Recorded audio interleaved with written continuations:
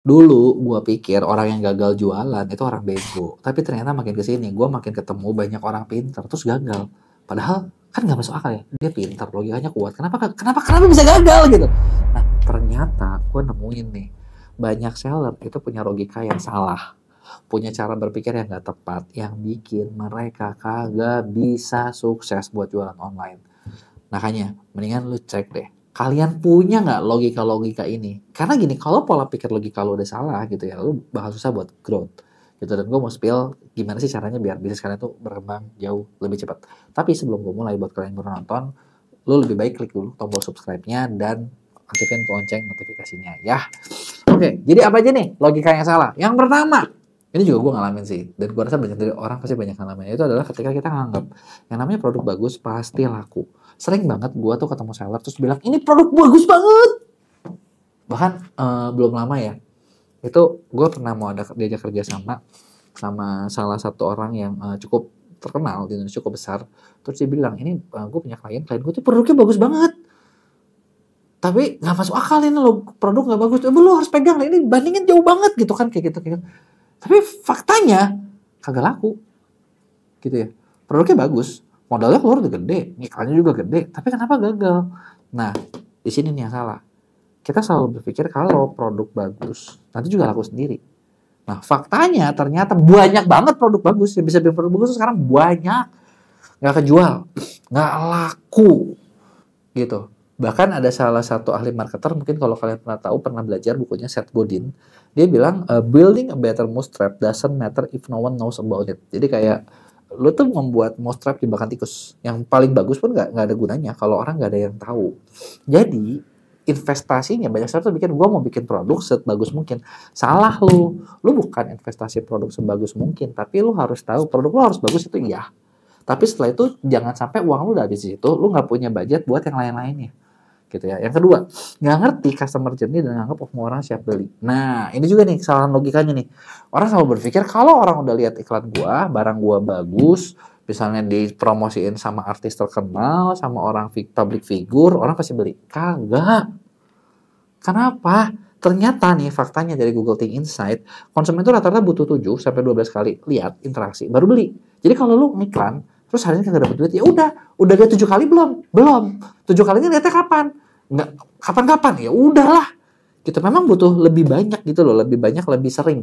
Malah gue pernah belajar dari salah satu ini ya, bisa dibilang sales coach level dunia, di mana dia bilang kalau misalnya lu buat kita mau menjual sesuatu lewat digital gitu ya, kita butuh bangun trust, dan yang namanya trust itu bisa dibangun salah satu caranya misalnya dengan cara ini, dengan cara orang tuh sering lihat. Jadi makanya dia bilang ada the law of consumption. Lu mau menjual $100 tuh bisa dibeli kalau orang itu sudah menghabiskan waktu 1 jam sama lo, dia nonton lo 1 jam. Konten lu cukup nggak buat ditonton selama 1 jam? Itu aja cuma buat $100 lo. Apalagi kalau barang lo lebih mahal dan lain sebagainya, gitu ya. Nah, akibatnya apa? Nah, banyak orang, banyak seller itu stres ketika misalnya mereka tuh ngiklan, udah iklannya gede, tapi nggak ada sales. Padahal ya memang belum bangun trust sama sekali gitu. Nah, maka dari itulah lu perlu ngerti nih, customer journey itu kayak gimana sih? Orang tuh ngelihatnya kayak gimana? Ngelihat di sini, apakah mereka bakal lihat di situ lagi? Belum tentu. Ibarat gini deh, lu bayangin, lu pasang iklan. Ini gue ngomong iklan paling jadul ya. Iklan paling jadul kan billboard. Bener nggak? Lu pasang iklan, iklannya tuh ada di berapa titik yang orang lewat. Kebayang nggak? Kalau orang itu sering lihat iklannya lewat gitu ya, itu orang itu bakal lebih ketanam kayak, oh setuju nih tentang apa yang diomongin di iklan gitu. Nah disitulah lu perlu bikin seperti itu. Nah terus yang ketiga, banyak juga seller tuh gini, mereka tuh ketika jualan, ketika mencoba jualan online gitu ya, mereka tuh fokusnya itu bukan ke mana yang menghasilkan, tapi fokusnya ke matriks yang nggak penting. Matriks yang nggak penting itu gimana sih? Contoh, aduh gimana gua mau dibeli banyak, follower gua aja dikit. Follower matrix sih, bener sih. Tapi follower banyak nggak ngejamin kalau penjualan kalian banyak. Gue pernah ketemu, bahkan gue pernah pegang salah satu account. Jadi ini orang cukup dikenal. Dia punya followers itu, akun brandnya itu 2 juta lebih, organically punya video-video ratusan juta per bulan view-nya. Jadi kayak gue aja ngeliat, wah gila jiper nih, gue jauh banget nih. Dia jago banget gitu kan untuk main sosmednya. Tapi ternyata gitu ya, produk sales dari sosmed dia itu jauh lebih kecil, bahkan kecil banget gitu ya dibandingin sama dari akun-akun gue yang lain. Yang padahal akun kecil gue lebih gede dari dia. Kenapa seperti itu? Karena di situ followers nggak sama dengan buyer. gitu. Jadi kalau misalnya kita cuma fokusnya ke followers gitu ya, kita nggak dapet. Tapi kan matrix bukan cuma followers, betul. Ada followers, ada view. Nah kadang kita tuh cuma lihat followersnya berapa, view-nya berapa gitu kan.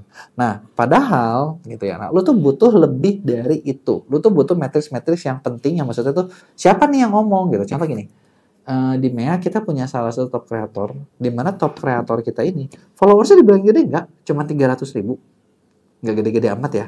Tapi salesnya, GMV-nya sebulan itu bisa 13-15 M. Nah, kebayang nggak lo?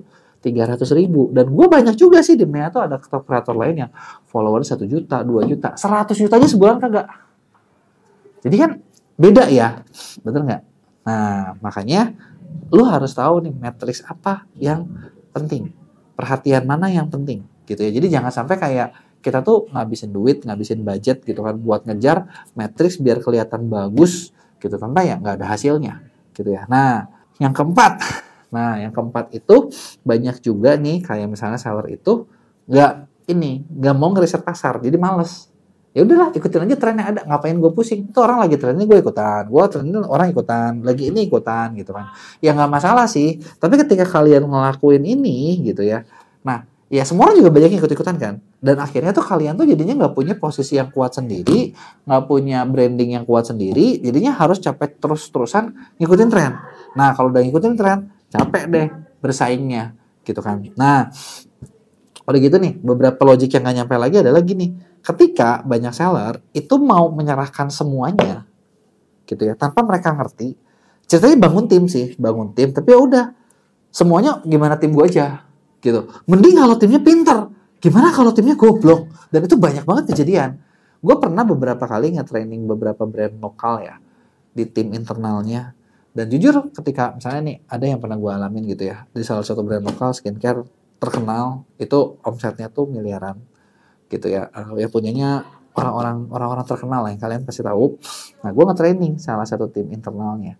Pas lagi mau awal gitu kan, jujur pas lagi awal gue minder juga nih nge-training brand ini gitu kan, omsetnya gede-gede gitu kan. Terus ketika gue ngobrol, ternyata mereka timnya nggak ngerti apa-apa. Oke, nggak ngerti apa-apa nggak apa-apa lah, minimal kan si bosnya ngerti dong. Gue tanya, bos lu ngerti kagak? Kagak, diserahin ke dia semua. Hah? Terus kalau gitu gimana? Ya udah, makanya kayak gini Pak, ini kita udah kayak gini ya, si Pak bosnya ini gitu ya, Pak bosnya ini kan udah spend banyak, dapetnya sekarang lagi turun-turun terus nih, gimana nih nanti Pak bosnya marah gitu kan, gimana caranya supaya penjualannya bisa stabil lagi. Ya kata gue, ya mana gue tahu. Ya enggak sih, bukan gitu sih ya. Akhirnya gue cek kan, gue tahu nih kayak mereka tuh ada kesalahannya A B C D E gitu kan. Kesalahannya gue kasih tahu nih, misalnya lu di sini, coba lu benerin gitu kan. Setelah dibenerin ya gue lihat sih kayaknya dia oke lagi gitu ya. Nah terus yang terakhir, nah ini dua terakhir adalah ketika banyak seller itu tuh mereka tuh gini, ketika mereka mau jalan, mereka tuh merasa ketika bangun tim itu kan gampang tuh, oke gue bangun tim aja, gue cari aja sendiri. Nah mereka nggak ngitung kalau ternyata cost miara satu tim sama cost outsource kadang bisa lebih murah dari cost outsource. Kenapa? Karena gini, kita ngomongin satu tim e-commerce, satu tim sosial media yang kerjanya nggak tiap hari. Ya kerja tiap hari sih memang sih, tapi sudah kerjanya tuh kan bikin campaign tuh nggak setiap hari, campaignnya cuma segitu. Artinya orang yang bagus di situ, mereka tuh nggak akan bisa jago-jago banget karena terbatas gitu loh, tantangannya sedikit. Nah beda ketika misalnya mereka outsource yang keluar. Contoh gini, kayak gue di MEA, ketika orang masuk di kantor gue, cuma dalam waktu 6 bulan, itu orang pasti bakal jauh lebih jago daripada yang ada di brand. Kenapa? Kerjaan kita banyak banget. Banyak banget, udah gitu feedbacknya cepat, udah gitu begitu salah udah tahu nih.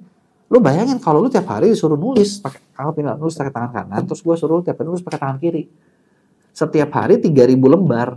Kan nggak mungkin lu nggak bisa tangan kiri, bener nggak? Pasti jadi jago, bener nggak? Dalam waktu yang singkat. Kenapa? Kerjaannya banyak banget gitu loh. Kerjaan banyak banget, feedbacknya cepat, udah gitu tuntutannya tinggi banget. Nah, ini dibandingin sama misalnya kayak yang di posisi brand. Makanya kalau anak kantor gue ada yang keluar terus pindah ke brand, kalau ditanya gimana kerjaannya, wah gila santai banget, bisa tidur, bisa nonton drakor gue. Saking apanya? Saking nyantainya, gitu kan. Tapi apakah skill dia naik? Tidak mungkin naik, udah stuck di situ, gitu. Karena nggak ada pertumbuhan lagi, gitu kan. Nah di sini inilah makanya kalau misalnya gue lihat logikanya yang nggak masuk adalah gini. Gue juga dulu sadar sih kalau misalnya zaman dulu ya gue jualan, Gue pengennya segala sesuatu gue coba sendiri, tapi ternyata bisa juga dari pihak-pihak luar yang bisa lebih cepat. Contoh gini, kita juga di fair ngomong nggak semuanya di internal kok. Ada divisi-divisi tertentu yang kita bikin dari luar tuh bisa jauh lebih cepat daripada yang kita kerjain. Dan kita pakai itu. Karena mereka lebih spesifik untuk bidang-bidang tertentu. Yang kalau yang udah kita kuat, ya kita kerjain di situ. Gitu ya. Nah, terakhir adalah nggak bisa ngitung profit secara logis. Nah, ini nih. Ini yang paling fatal nih. Jadi kadang suka mikir, yang penting laku dulu aja deh, nanti kita hitung-hitungan belakangan. Nah, ternyata begitu dihitung, omsetnya gede, duitnya kagak ada. Udah gitu duit cairnya lama lagi kan. Nah, dulu gue pernah ngalamin nih. Jadi kayak omset besar, tapi rekening gue nol. Minus terus ketika gue stok barang nggak bisa. Akhirnya gue tahu, oh ternyata kalau kayak gini nih, nah kita harus tahu nih profit kita berapa, laba ditahannya berapa, laba yang ini berapa, modal perputarannya berapa, barulah bisnis kalian bisa jalan. Nah, ini adalah beberapa yang gue temuin yang ada di lapangan. Nah, gue pengen tahu, ada nggak di antara kalian yang ngalamin kayak gitu? Coba kasih tahu dong cerita kalian, lu tulis di komen. Nah, kalau lu ngalamin, ada nggak nih yang mau kita bantuin biar lu lebih cepat keluar dari jebakan itu? Gitu ya, karena gue tahu nih di jebakan itu susah gitu, karena ya gimana kita mau growth kalau kita aja kadang nggak tahu kita posisinya di mana, kita nggak tahu harus ngapain. Nah, di sini lo butuh orang luar buat ngedampingin. Makanya gue bikin satu company namanya Skill School, khusus banget memang kita bikin tim konsultan namanya program konsultasi ordal buat ngajarin para seller supaya mereka tuh bisa lebih berkembang gitu kan. Kita bantu risetin, lihat pasarnya seperti apa, bisnis plannya seperti apa, lainnya seperti apa, itu buat bikin jalan. Gitu. Jadi buat lo yang mau kerja sama-sama ordal, lo bisa klik di link bio gua. Kurang lebih tadi itu materinya. Jangan lupa buat like dan share.